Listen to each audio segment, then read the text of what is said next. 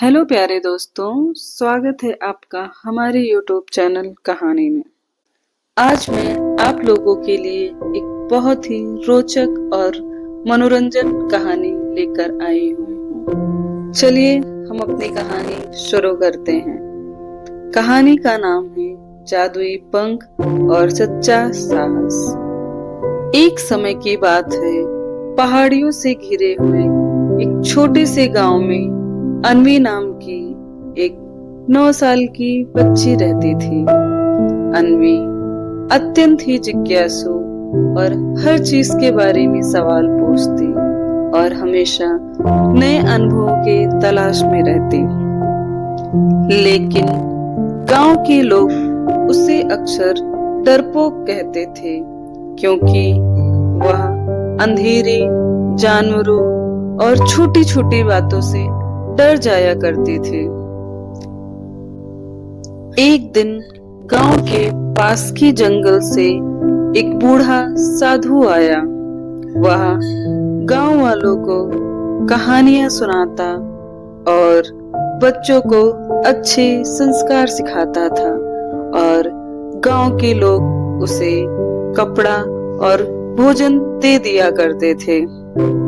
एक सायंकाल की बात है, साधु बच्चों को एक कहानी सुना रहा था। तभी उसने जंगल की बहुत रहस्यमयी बात बच्चों को बताई। उसने कहा, जंगल में एक जादुई पंख है, जिसको वो मिलेगा वही असली साहसी होगा। सभी बच्चे आश्चर्य से एक दूसरे की तरफ देखने लगे और कुछ फुसफुसाने लगे। तभी अवनी ने साधु से कहा, बाबा, मुझे वो जादुई पंख चाहिए। तभी सभी बच्चे ठहाके लगाते हुए हंसने लगे। बोले, अरे ये डरपोक जादुई पंख लेने जाएगी, हा हा हा हा हा। तभी अवनी अपने मन में कहा, अगर मैं खुद पर भरोसा नहीं करूंगी तो कोई मुझ पर विश्वास नहीं करेगा। यह मन में सोचते हुए वह अपने घर की ओर चली गई और घर पहुंचते ही वह अगली सुबह के लिए अपना थैला पैक करने लगी। उसने कुछ खाने का सामान और लालटेन रखा। तभी पीछे से उसकी माँ आई और बोली, बेटा अवनी, तू हिम्मत रख, तू डर मत, तू जरूर जादुई पंख लेकर आएगी। अवनी ने कहा, हाँ माँ, मैं जादुई पंख लेकर ही लौटूंगी। और वो दोनों भोजन करके सो जाते हैं। जंगल की ओर आगे बढ़ी और जंगल के रास्ते में बहुत ही उत्साह पूर्वक वो चले जा रही थी। जैसे ही वह जंगल पहुंची, उसने देखा जंगल तो बहुत ही रहस्यमयी है, लेकिन उसने हिम्मत नहीं हारी। वह आगे बढ़ती चली गई। तभी अचानक उसके सामने एक बड़ा जादुई उल्लू आ गया और उसने कहा, बच्ची, तुम कहाँ जा रही हो? अवनी ने कहा, मैं अवनी हूँ, जंगल में जादुई पंख की तलाश में आई हूँ। उल्लू ने मुस्कुराते हुए कहा, साहस रखो बच्ची, तभी सफलता मिलेगी। और वह गायब हो गया। अवनी अपना आगे बढ़ती चली जा रही थी। उसने दूर से एक गुफा देखी। उसने सोचा, शायद ये जादुई पंख पाने का एक रास्ता होगा। वह आगे बढ़ती गई और वो गुफा के पास पहुंची।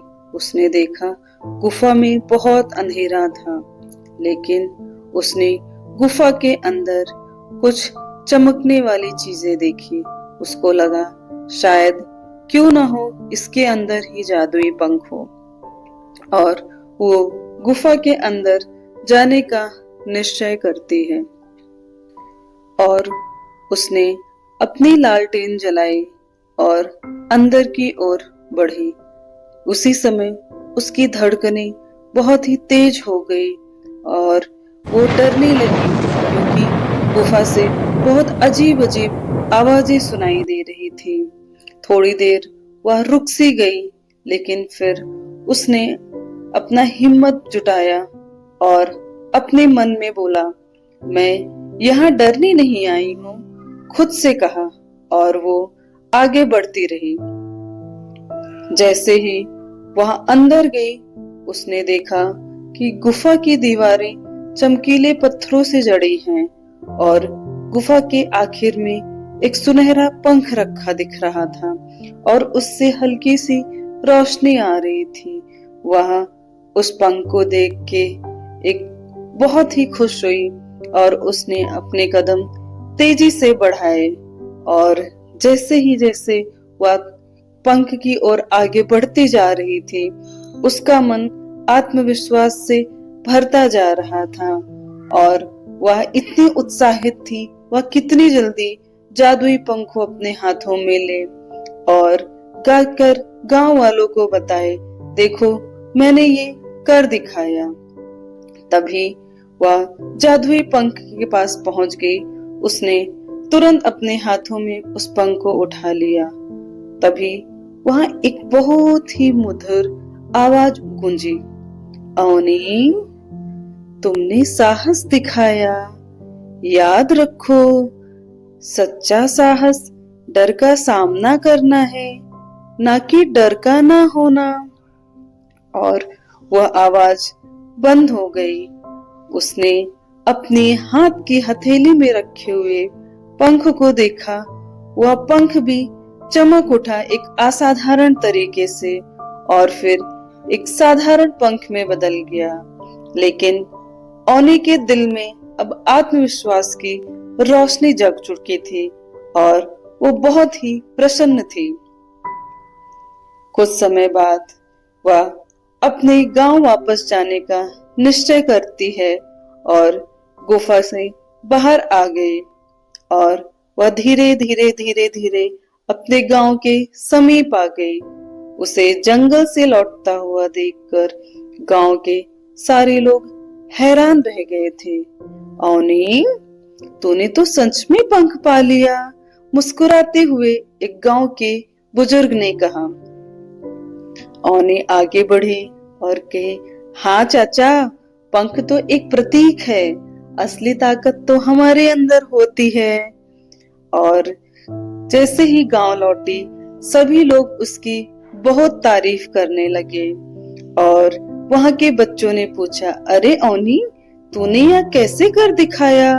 मुझे तो बहुत डर लगता है जंगल जाने में। ओनी ने आत्मविश्वास से उत्तर दिया, डर सबको लगता है, लेकिन हिम्मत का सामना करने पर ही हम जीतते हैं।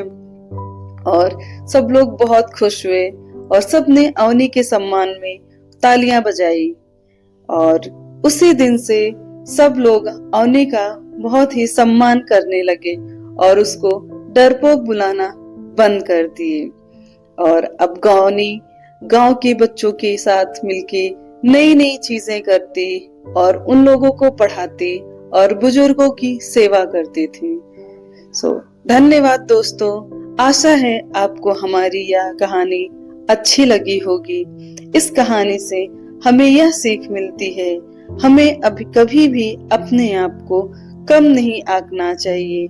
जब हम हिम्मत करते हैं, हम बहुत सी चीजें अपने जीवन में अच्छा करते हैं। ठीक है, इसी नोट के साथ दोस्तों आज की कहानी से हम विदा लेते हैं। हम फिर मिलेंगे एक नई कहानी के साथ। बहुत बहुत धन्यवाद।